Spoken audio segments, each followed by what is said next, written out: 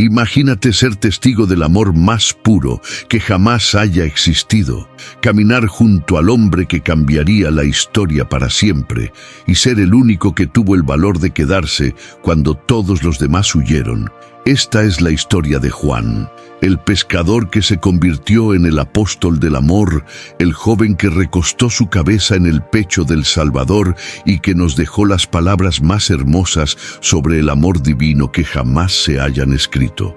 En las aguas cristalinas del mar de Galilea, cuando el amanecer apenas pintaba de oro las colinas que rodeaban el lago, un joven pescador llamado Juan preparaba sus redes junto a su hermano Santiago.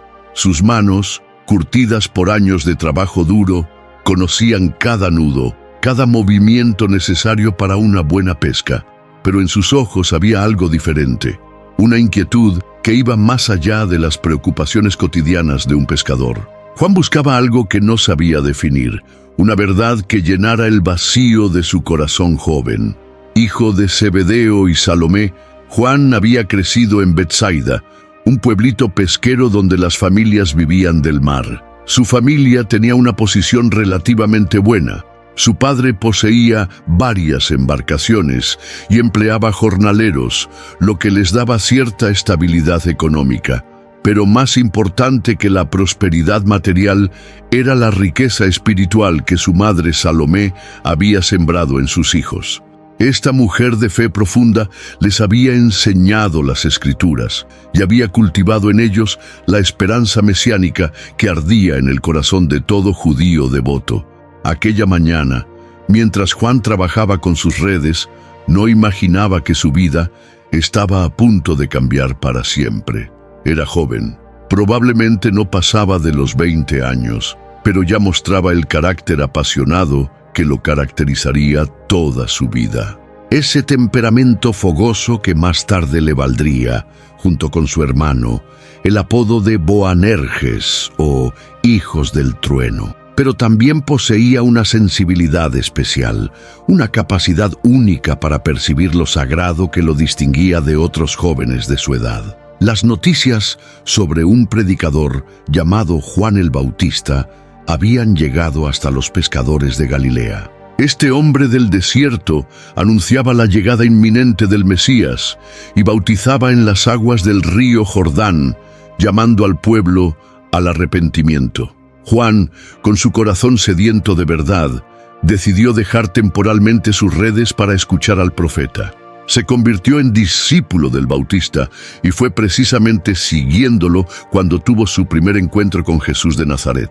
El momento que cambiaría su destino llegó cuando el Bautista, viendo pasar a Jesús, exclamó con voz llena de reverencia: «Miren, el Cordero de Dios que quita el pecado del mundo». Esas palabras resonaron en el alma de Juan como ninguna enseñanza que hubiera escuchado antes. Sin dudarlo un momento, junto con Andrés, comenzó a seguir a Jesús por el sendero polvoriento. Jesús, notando que lo seguían, se volvió y les preguntó con sencillez: ¿qué buscan? La pregunta era simple, pero tocaba lo más profundo del corazón. ¿Qué buscaba realmente Juan? ¿Sabiduría? ¿Un maestro? ¿El reino prometido? ¿Una respuesta al vacío que sentía a pesar de su juventud? «Rabí, ¿dónde vives?», respondieron ellos con esa curiosidad sincera que caracteriza a quienes buscan de verdad. «Vengan y vean», fue la invitación de Jesús. Una invitación sencilla que abriría para Juan las puertas de una nueva dimensión de la existencia. Juan nunca olvidaría los detalles de aquel primer encuentro. Décadas más tarde, cuando ya era un anciano escribiendo su evangelio, recordaría que era como la hora 10ª del día, aproximadamente las 4 de la tarde. Los detalles permanecieron grabados en su memoria porque fue el momento en que su corazón reconoció a aquel que había estado buscando toda su vida, aunque no supiera expresarlo con palabras. Después de ese encuentro, Juan regresó a su trabajo de pescador, pero su mente y su corazón ya no estaban completamente en las redes y los peces. La semilla había sido plantada. Su vida había tomado una dirección nueva, aunque todavía no lo comprendiera plenamente. Poco tiempo después, cuando Jesús pasó por la orilla del mar y vio a los hijos de Zebedeo trabajando con su padre, remendando las redes bajo el sol de Galilea, les dirigió una llamada directa que resonaría por toda la eternidad: «Vengan conmigo, y los haré pescadores de hombres». La respuesta de Juan y Santiago fue inmediata y radical. Dejaron la barca, a su padre y a los jornaleros, y siguieron a Jesús. En ese momento, el joven pescador no podía imaginar el papel crucial que jugaría en la historia del cristianismo. No sabía que sería conocido como el discípulo amado, que formaría parte del círculo más íntimo de Jesús, que se reclinaría sobre su pecho durante la última cena, que sería el único apóstol que permanecería fiel al pie de la cruz, cuando todos los demás hubieran huido. Los primeros días siguiendo a Jesús fueron una experiencia que transformó completamente la perspectiva de Juan sobre la vida. Caminar por los senderos polvorientos de Galilea junto al Maestro, escuchar sus enseñanzas que llegaban directo al corazón, presenciar milagros que desafiaban toda lógica humana, observar cómo Jesús trataba con la misma dignidad a los marginados y a los poderosos. Todo esto fue como despertar a una realidad completamente nueva. Juan, con su naturaleza sensible y contemplativa, absorbía cada palabra, cada gesto, cada enseñanza de Jesús como una esponja sedienta. Su juventud le permitía una apertura especial para recibir la novedad radical del mensaje del reino que Jesús proclamaba. Pronto quedó claro que Juan, junto con Pedro y Santiago, formaba parte del círculo más íntimo de los discípulos. Fueron ellos tres a quienes Jesús llevó consigo en los momentos más cruciales: la resurrección de la hija de Jairo, la transfiguración en el monte y la agonía en Getsemaní. Esta cercanía especial permitió a Juan ser testigo privilegiado tanto de la humanidad como de la divinidad de Jesús, en momentos de gloria indescriptible y de sufrimiento profundo. La relación entre Jesús y Juan fue adquiriendo un carácter único que lo llevaría a ser conocido como el discípulo a quien Jesús amaba.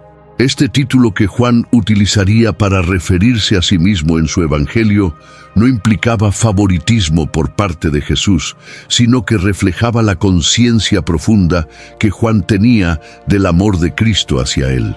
Sin embargo, el camino de Juan junto a Jesús no fue una línea recta de perfección espiritual. Los evangelios nos muestran también sus debilidades humanas y su proceso gradual de transformación. Aquel carácter fogoso que le valió el apodo de Hijo del Trueno se manifestó cuando quiso hacer descender fuego del cielo sobre un pueblo samaritano que había rechazado a Jesús. También se rebeló cuando, junto con su hermano, pidió a su madre que intercediera para que pudieran ocupar los lugares de honor en el reino, uno a la derecha y otro a la izquierda de Jesús. En cada uno de estos episodios, Jesús corrigió amorosamente a Juan, moldeando su carácter con paciencia infinita, enseñándole que el camino del discipulado era el camino del servicio, no del poder. El que quiera ser el primero entre ustedes, que sea su servidor, como el Hijo del Hombre, que no vino para ser servido, sino para servir y para dar su vida en rescate por muchos, les enseñó Jesús cuando la ambición afloró en sus corazones. Estas lecciones fueron calando profundamente en Juan, transformando gradualmente su corazón fogoso en un corazón que aprendió a amar como Jesús amaba. A medida que el ministerio de Jesús avanzaba, también crecía la oposición de los líderes religiosos. Juan fue testigo de los debates cada vez más tensos entre Jesús y los fariseos, escribas y saduceos. Vio cómo las multitudes seguían a Jesús por sus milagros, pero también cómo muchos lo abandonaron cuando sus enseñanzas se volvieron más exigentes. ¿También ustedes se quieren ir?, preguntó Jesús a los 12 en un momento crucial. Fue Pedro quien respondió por todos: Señor, ¿a quién iremos? Tú tienes palabras de vida eterna. Juan asintió en silencio a las palabras de Pedro. A pesar de no comprender plenamente todo lo que Jesús enseñaba y hacía, algo en su interior le decía que había encontrado el tesoro que su alma anhelaba, que no había vuelta atrás posible. La cercanía con Jesús le había permitido vislumbrar una realidad que trascendía todo lo que había conocido hasta entonces, una realidad que más tarde describiría con palabras sublimes. Y el Verbo se hizo carne y habitó entre nosotros, y vimos su gloria, gloria como del unigénito del Padre, lleno de gracia y de verdad. Cuando Jesús comenzó a hablar abiertamente sobre su muerte inminente, Juan, como los demás discípulos, se resistió a aceptar esta realidad. La idea de un Mesías sufriente contradecía las expectativas judías tradicionales de un libertador político y militar. Sin embargo, eventos como la Transfiguración, donde Juan junto con Pedro y Santiago vieron a Jesús conversando con Moisés y Elías sobre su partida que iba a cumplir en Jerusalén, comenzaron a prepararlo para lo que vendría. La entrada triunfal de Jesús en Jerusalén, aclamado por las multitudes como el Hijo de David, pareció momentáneamente confirmar las esperanzas mesiánicas tradicionales. Juan, testigo de aquel momento de gloria, posiblemente pensó que finalmente había llegado el momento en que Jesús establecería su reino. Pero los acontecimientos tomaron rápidamente un giro inesperado. La última semana de Jesús en Jerusalén fue intensa y dramática.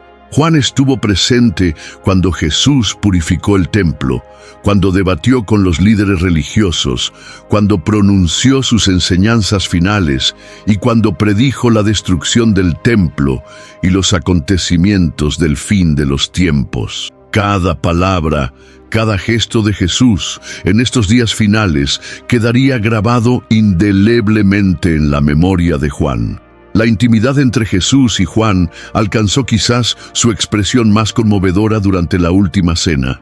Mientras los dos se compartían la cena pascual, Jesús anunció que uno de ellos lo traicionaría. La consternación se apoderó de todos. Fue entonces cuando Pedro hizo una señal a Juan, que estaba reclinado junto a Jesús, para que preguntara de quién hablaba el Maestro. Juan, descrito en su propio evangelio como reclinado al lado de Jesús, apoyado sobre su pecho, le preguntó en voz baja: «Señor, ¿quién es?». Este momento de intimidad, con Juan recostado sobre el pecho de Jesús, se convertiría en una imagen poderosa de la especial cercanía entre ambos, una imagen que hablaría por siglos del amor profundo que unía al Maestro con su discípulo. Tras la cena, Juan acompañó a Jesús y a los otros discípulos al huerto de Getsemaní. Allí Jesús llevó consigo a Pedro, Santiago y Juan, alejándose un poco del resto para orar en la soledad de la noche. Les pidió que velaran con él en su hora de angustia más profunda. «Mi alma está muy triste, hasta la muerte», les confió Jesús, mostrándoles una vulnerabilidad que pocos pudieron ver. Sin embargo, el cansancio de aquella larga noche venció a los 3 discípulos, que se quedaron dormidos mientras Jesús oraba en agonía, sudando gotas como de sangre bajo el peso del destino que lo esperaba.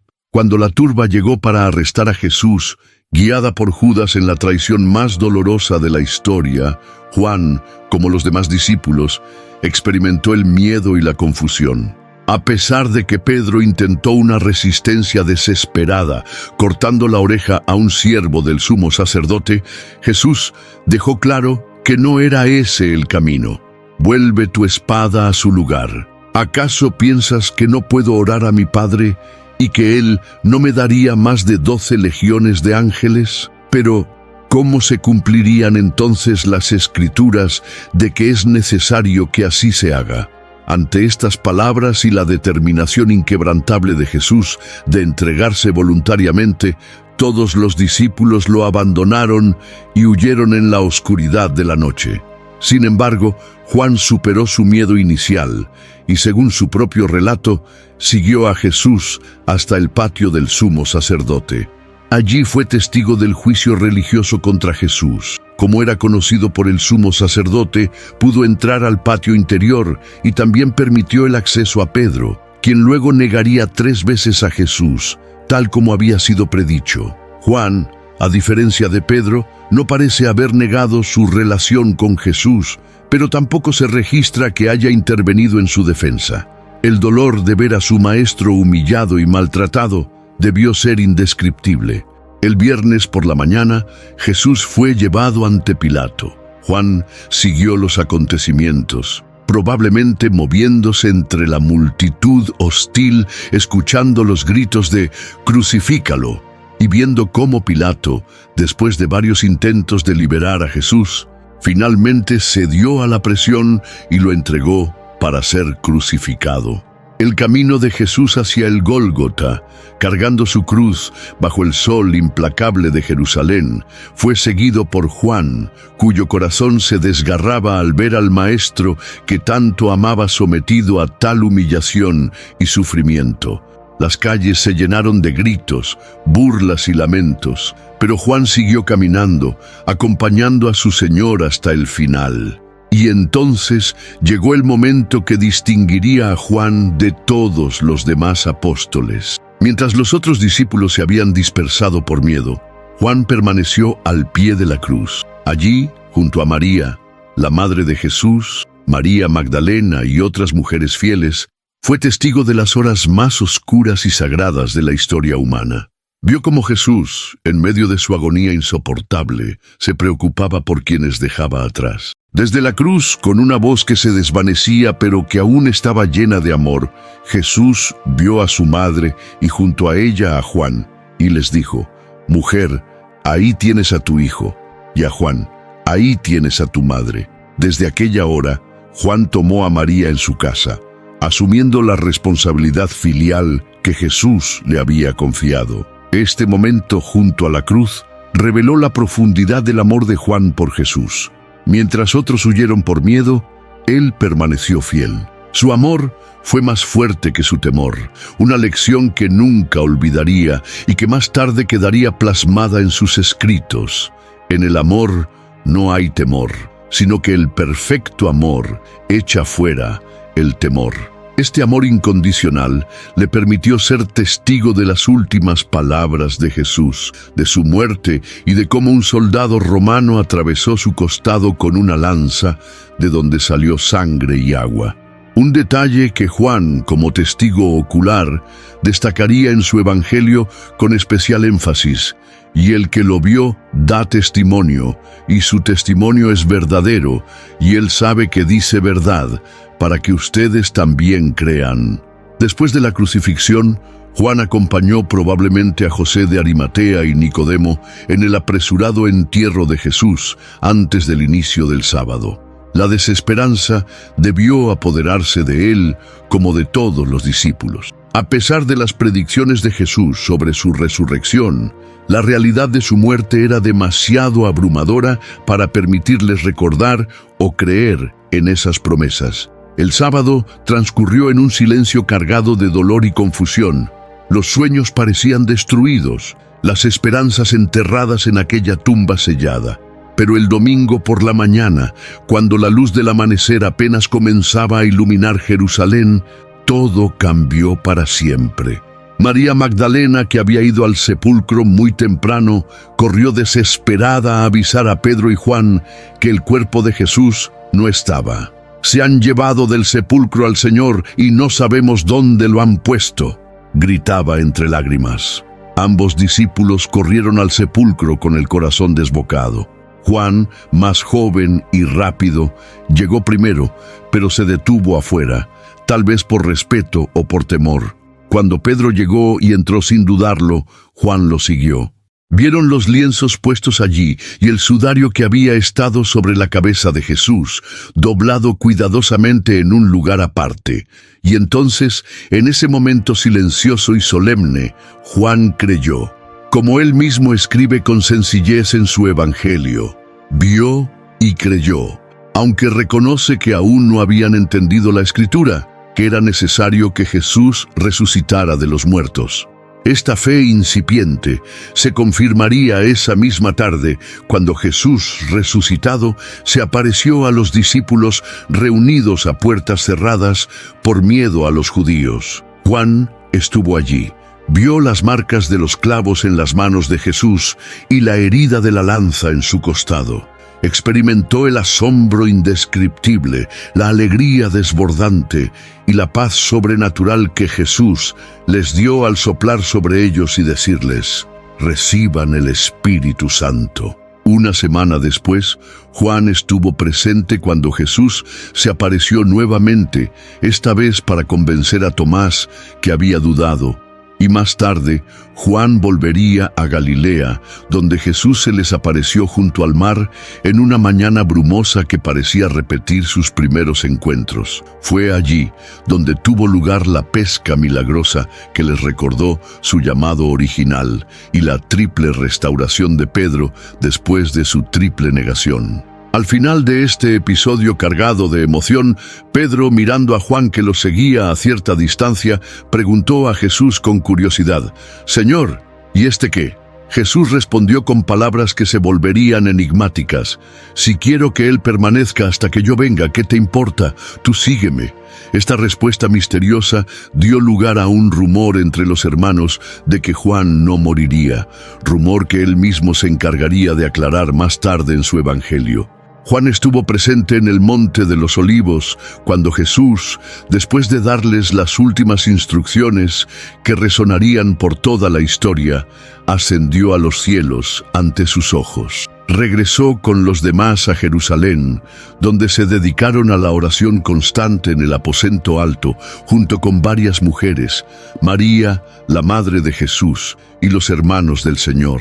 Allí, 10 días después de la ascensión, experimentó la venida poderosa del Espíritu Santo en Pentecostés, el cumplimiento glorioso de la promesa de Jesús. Los años siguientes verían a Juan convertirse en una columna fundamental de la iglesia primitiva en Jerusalén, junto a Pedro y Santiago, el hermano del Señor.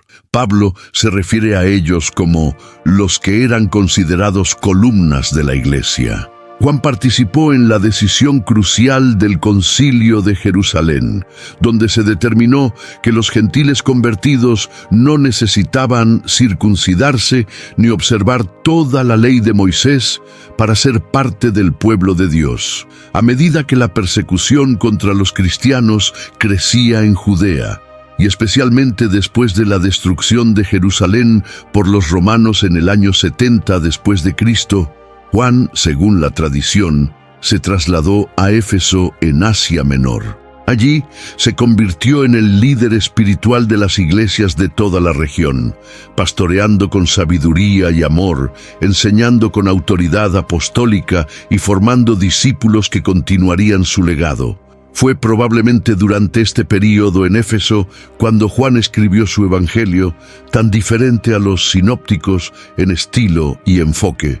Mientras que Mateo, Marcos y Lucas narran principalmente los hechos y dichos de Jesús, Juan, escribiendo después de ellos y con la perspectiva de muchos años de reflexión, se centra más en el significado teológico profundo de la persona y obra de Jesús. Su evangelio comienza con el sublime prólogo que identifica a Jesús como el Verbo eterno, que estaba con Dios y era Dios, y que se hizo carne para habitar entre nosotros. Juan selecciona cuidadosamente 7 señales o milagros de Jesús para demostrar su divinidad, y registra largos discursos que revelan la identidad y misión de Jesús como el enviado del Padre para dar vida eterna a quienes creen en Él.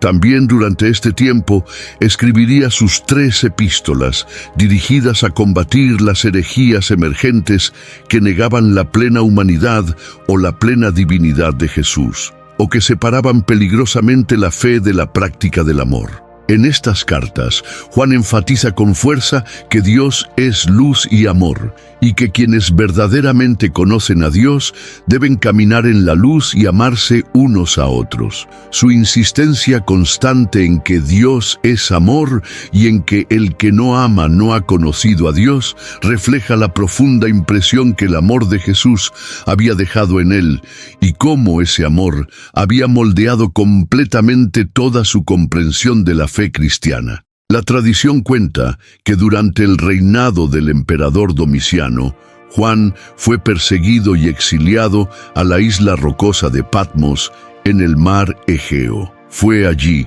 por causa de la palabra de Dios y el testimonio de Jesucristo, como él mismo escribe, donde recibió la extraordinaria revelación apocalíptica que constituye el último libro del Nuevo Testamento. El Apocalipsis, lleno de visiones simbólicas y colores celestiales, comienza con mensajes específicos a las 7 iglesias de Asia y culmina con la visión gloriosa de la Nueva Jerusalén, donde Dios habitará para siempre con su pueblo. A través de este libro profético, Juan transmite un mensaje poderoso de esperanza a los cristianos perseguidos. A pesar de las tribulaciones presentes, Cristo es el Señor de la historia y triunfará definitivamente sobre todas las fuerzas del mal.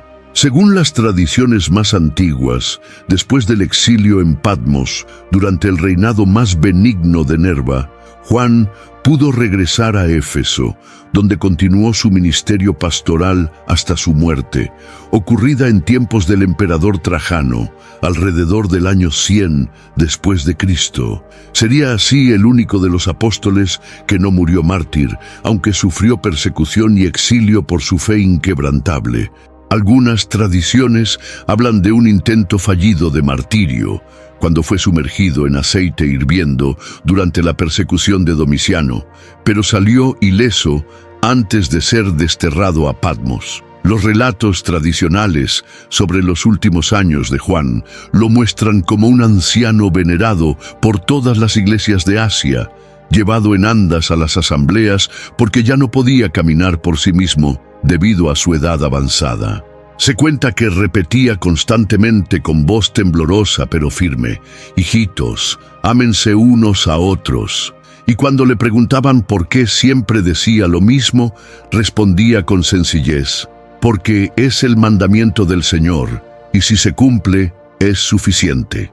Estas historias, aunque no pueden verificarse históricamente con la misma certeza que los relatos bíblicos, concuerdan perfectamente con el carácter de Juan, tal como lo conocemos a través de sus escritos. Un hombre en quien el amor apasionado se había transformado en un amor profundo y constante, un amor que había llegado a identificar como la esencia misma de Dios y del discipulado cristiano. La vida de Juan nos ofrece un estudio fascinante de transformación espiritual completa. Comenzó como un joven impetuoso y ambicioso, sediento de poder y gloria, dispuesto a hacer descender fuego del cielo sobre quienes rechazaban a Jesús. Terminó como el apóstol del amor por excelencia, enseñando que Dios es amor y que quien no ama no conoce a Dios. ¿Qué produjo este cambio radical? La respuesta se encuentra en su propia experiencia transformadora del amor de Jesús. Juan se define a sí mismo como el discípulo a quien Jesús amaba, no por un sentido de superioridad espiritual, sino porque haberse sabido profunda e incondicionalmente amado por Jesús transformó su identidad y su comprensión de toda la existencia. Los escritos de Juan revelan una profundidad teológica y espiritual que lo distingue entre todos los escritores del Nuevo Testamento. Mientras que Pablo desarrolla ampliamente la doctrina de la justificación por la fe, Juan se centra en la vida eterna como conocimiento personal íntimo de Dios y comunión continua con Él. Mientras que los evangelios sinópticos presentan a Jesús principalmente como el Mesías de Israel y el Hijo del Hombre, Juan lo proclama explícitamente como el Verbo eterno, la luz del mundo, el pan de vida, el buen pastor, la resurrección y la vida, el camino, la verdad y la vida, la vid verdadera. El legado de Juan trasciende completamente su tiempo y continúa influyendo profundamente en la espiritualidad cristiana de todas las épocas. Sus escritos han inspirado a místicos, teólogos, artistas y creyentes comunes a lo largo de 2 milenios. Su evangelio ha sido llamado el Evangelio espiritual, porque va más allá de la narración de eventos para revelar su significado profundo, invitando al lector a una comprensión más contemplativa de la persona y obra de Jesús. Su énfasis constante en el amor como esencia de la vida cristiana ha servido de correctivo necesario cuando el cristianismo ha corrido el riesgo de reducirse a formulaciones doctrinales frías o prácticas rituales desconectadas de la vida real. El que dice que está en la luz y odia a su hermano está todavía en tinieblas. Escribe con franqueza que corta como espada. Y si alguno dice, yo amo a Dios y odia a su hermano, es mentiroso. Estas palabras continúan interpelando a los cristianos de todas las épocas, recordándoles que el amor no es un añadido opcional a la fe, sino su misma esencia y manifestación más auténtica. El testimonio personal de Juan sobre Jesús tiene una cualidad única entre todos los escritos del Nuevo Testamento. Escribe como quien ha visto, oído y tocado al Verbo de vida, como quien ha experimentado íntimamente la realidad de lo que proclama. Lo que era desde el principio, lo que hemos oído, lo que hemos visto con nuestros ojos, lo que hemos contemplado y palparon nuestras manos tocante al Verbo de vida, les anunciamos. Esta inmediatez, esta conciencia clara de estar transmitiendo una experiencia viva y no solo un conjunto de doctrinas abstractas, da a sus escritos una frescura y una autoridad que sigue resonando en el corazón de quienes los leen con apertura sincera. La historia de Juan es también un testimonio poderoso del poder transformador del encuentro genuino con Cristo.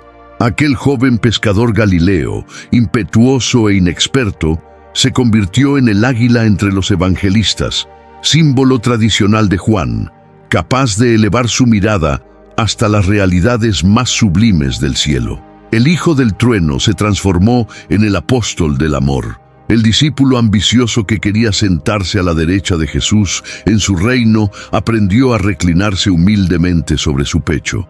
El hombre que quería hacer descender fuego del cielo sobre los samaritanos se convirtió en quien escribió: en esto consiste el amor, no en que nosotros hayamos amado a Dios, sino en que Él nos amó a nosotros y envió a su Hijo en propiciación por nuestros pecados. Amados, si Dios nos ha amado así, debemos también nosotros amarnos unos a otros. En Juan vemos el ejemplo perfecto de lo que significa ser verdaderamente discípulo de Jesús. No simplemente alguien que sigue sus enseñanzas o imita sus acciones externas, sino alguien que se deja transformar completamente por su amor hasta convertirse en un reflejo auténtico de ese amor para los demás.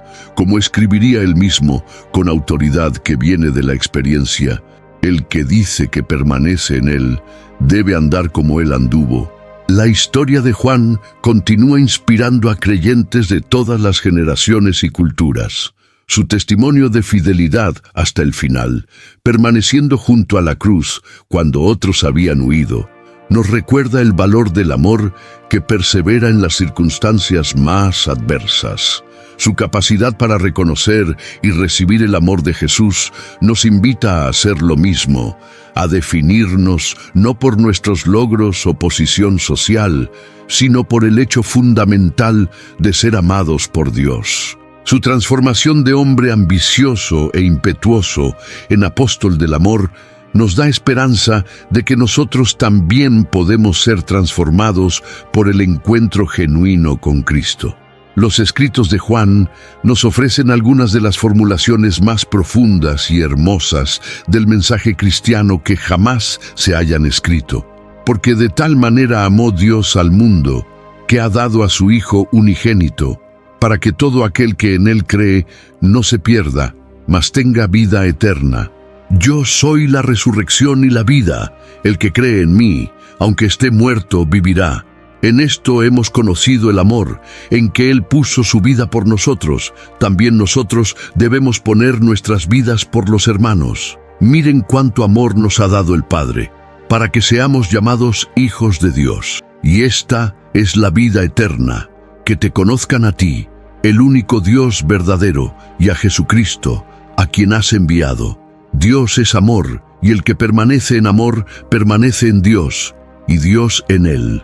Estas joyas espirituales que encontramos en los escritos de Juan siguen alimentando la fe y la vida de incontables creyentes alrededor del mundo. En los últimos años de su vida en Éfeso, Juan se dedicó principalmente a fortalecer las iglesias y a combatir las herejías emergentes que amenazaban con desviar a los cristianos del camino verdadero. Una de las más peligrosas era el gnosticismo incipiente, que negaba la verdadera humanidad de Cristo y promovía un conocimiento esotérico como camino de salvación. Contra esta tendencia destructiva, Juan insistió firmemente en la realidad de la encarnación del Verbo. Todo espíritu que confiesa que Jesucristo ha venido en carne es de Dios, y todo espíritu que no confiesa que Jesucristo ha venido en carne no es de Dios. También enfatizó que el verdadero conocimiento de Dios no es un secreto reservado para iniciados, sino que está disponible para todos los que creen en Jesús y permanecen en su amor. Según las tradiciones antiguas, cuando Juan era ya muy anciano, tan débil que tenía que ser llevado en andas a las reuniones de la iglesia, seguía repitiendo una y otra vez las mismas palabras con voz temblorosa, pero llena de convicción. Hijitos, ámense unos a otros. Cuando sus discípulos, un poco cansados de escuchar siempre lo mismo, le preguntaban por qué repetía constantemente esa frase, Juan respondía con la sencillez de la sabiduría: porque es el mandamiento del Señor, y si solo esto se cumpliera, sería suficiente. Esta anécdota, aunque no podemos confirmar su historicidad con certeza absoluta, refleja perfectamente la esencia del mensaje de Juan, tal como lo conocemos por sus escritos inspirados. Para él, el amor no era un sentimiento superficial ni una virtud más, entre otras, sino la esencia misma de la vida cristiana, porque refleja la naturaleza de Dios que es amor, y porque fue el mandamiento final y culminante de Jesús a sus discípulos. Un mandamiento nuevo les doy, que se amen unos a otros, como yo los he amado, que también se amen unos a otros. En esto conocerán todos que son mis discípulos, si tienen amor los unos con los otros. La muerte de Juan, según la tradición, ocurrió durante el reinado del emperador Trajano, alrededor del año 100 después de Cristo, siendo ya muy anciano, probablemente el último superviviente de los 12 apóstoles originales. Su fallecimiento marcó el fin de la era apostólica y el comienzo de una nueva etapa en la historia de la Iglesia, que tendría que afrontar nuevos desafíos sin la guía directa de quienes habían conocido personalmente a Jesús. Sin embargo, el legado de Juan, plasmado en sus escritos inspirados por el Espíritu Santo, continuaría iluminando el camino de la Iglesia a través de todos los siglos hasta nuestros días. Su Evangelio, con su profunda teología y su presentación única de Jesús como el Verbo encarnado, ha sido una fuente inagotable de inspiración para teólogos, místicos y creyentes de todas las épocas. Sus epístolas, con su énfasis en el amor como esencia de la vida cristiana, han servido como correctivo necesario cuando la Iglesia ha corrido el riesgo de reducir la fe a doctrinas abstractas o rituales vacíos. El Apocalipsis, con sus visiones de la victoria final de Cristo y la consumación de todas las cosas en la Nueva Jerusalén, ha sostenido la esperanza de los cristianos en tiempos de prueba y persecución a lo largo de la historia. La historia de Juan nos invita a reflexionar profundamente sobre nuestra propia jornada espiritual. Como él, todos comenzamos con ideas inmaduras sobre Dios y su reino. Como él, todos necesitamos ser transformados por el encuentro personal con Cristo, aprender lo que significa realmente seguirle, descubrir que el camino del discipulado no es el del poder y la gloria según los criterios mundanos, sino el del amor que se entrega por completo. Como él, todos estamos invitados a reclinarnos sobre el pecho de Jesús, a experimentar su amor personal y transformador, y a convertirnos en canales auténticos de ese amor para los demás.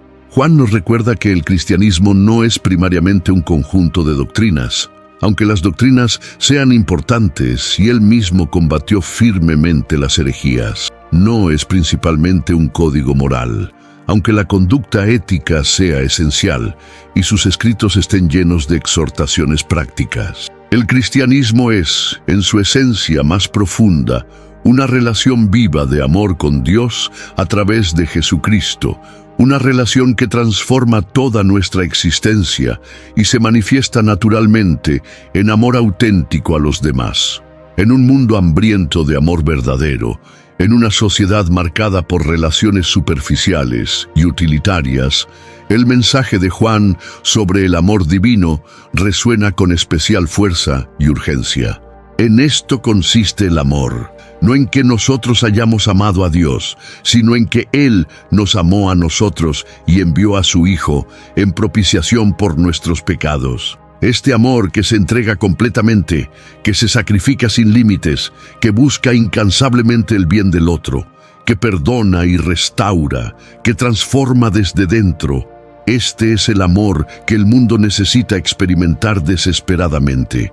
Y nosotros, como Juan, estamos llamados a ser no solo receptores agradecidos, sino también canales generosos de este amor transformador. Si Juan pudiera hablarnos hoy, probablemente nos diría exactamente lo mismo que decía a sus hijitos espirituales en Éfeso: ámense unos a otros. Nos recordaría que toda la ley y los profetas se resumen en amar a Dios con todo nuestro ser y al prójimo como a nosotros mismos, que no hay sendero espiritual más elevado que este, que no hay testimonio más poderoso ante el mundo que el amor mutuo entre los cristianos. Como hizo en su Evangelio eterno, nos invitaría a creer que Jesús es el Cristo, el Hijo de Dios, a creer no solo con la mente, sino con el corazón, no solo con asentimiento intelectual, sino con entrega personal total, a creer no como quien acepta una teoría abstracta,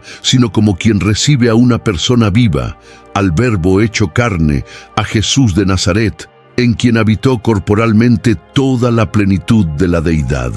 Creer, amar, permanecer. Este es el camino que Juan nos muestra con su vida y sus escritos, el camino que él mismo recorrió desde las orillas humildes del mar de Galilea hasta la isla rocosa de Patmos, desde el primer encuentro transformador con Jesús junto al río Jordán, hasta las visiones celestiales gloriosas de la Nueva Jerusalén. Es un camino que no termina con la muerte física, sino que continúa en la presencia inmediata y eterna del Señor, donde lo veremos tal como Él es y seremos transformados completamente a su semejanza perfecta, donde no habrá más llanto, ni clamor, ni dolor, porque las primeras cosas pasaron. La historia del apóstol Juan es, en última instancia, una historia de amor en su expresión más pura y poderosa. El amor de Dios manifestado supremamente en Jesucristo, el amor de Jesús por sus discípulos, especialmente por aquel joven pescador a quien amó de manera especial, el amor de Juan por su maestro, que lo mantuvo fiel hasta el final cuando otros fallaron, el amor entre los creyentes, que según Juan es la marca distintiva e inconfundible de los verdaderos discípulos, y el amor por la verdad, que lo llevó a combatir sin descanso las falsas enseñanzas que amenazaban con desviar a la iglesia del camino recto, Que el ejemplo de Juan, pescador de Galilea transformado en apóstol del amor, nos inspire a seguir a Jesús con la misma fidelidad inquebrantable y pasión ardiente. Que sus escritos, llenos de luz divina y verdad eterna, continúen iluminando nuestro camino en estos tiempos difíciles. Que su mensaje sobre el amor de Dios, manifestado supremamente en Cristo, siga transformando corazones y vidas hasta el día glorioso en que, como Él predijo en el Apocalipsis, el que está sentado en el trono haga nuevas todas las cosas y Dios mismo habite para siempre con su pueblo en la nueva Jerusalén que desciende del cielo. En ese día veremos cumplidas plenamente las palabras que Juan escribió con lágrimas de gozo. Miren, el tabernáculo de Dios con los hombres, y Él morará con ellos, y ellos serán su pueblo, y Dios mismo estará con ellos como su Dios. Enjugará Dios toda lágrima de los ojos de ellos, y ya no habrá muerte, ni habrá más llanto, ni clamor, ni dolor, porque las primeras cosas pasaron. Hasta ese día glorioso, sigamos el ejemplo del discípulo amado, permaneciendo fieles en el amor, creciendo en el conocimiento de nuestro Señor y Salvador Jesucristo, y proclamando con nuestras vidas el mensaje eterno que Juan nunca se cansó de repetir. Hijitos, ámense unos a otros, porque Dios es amor.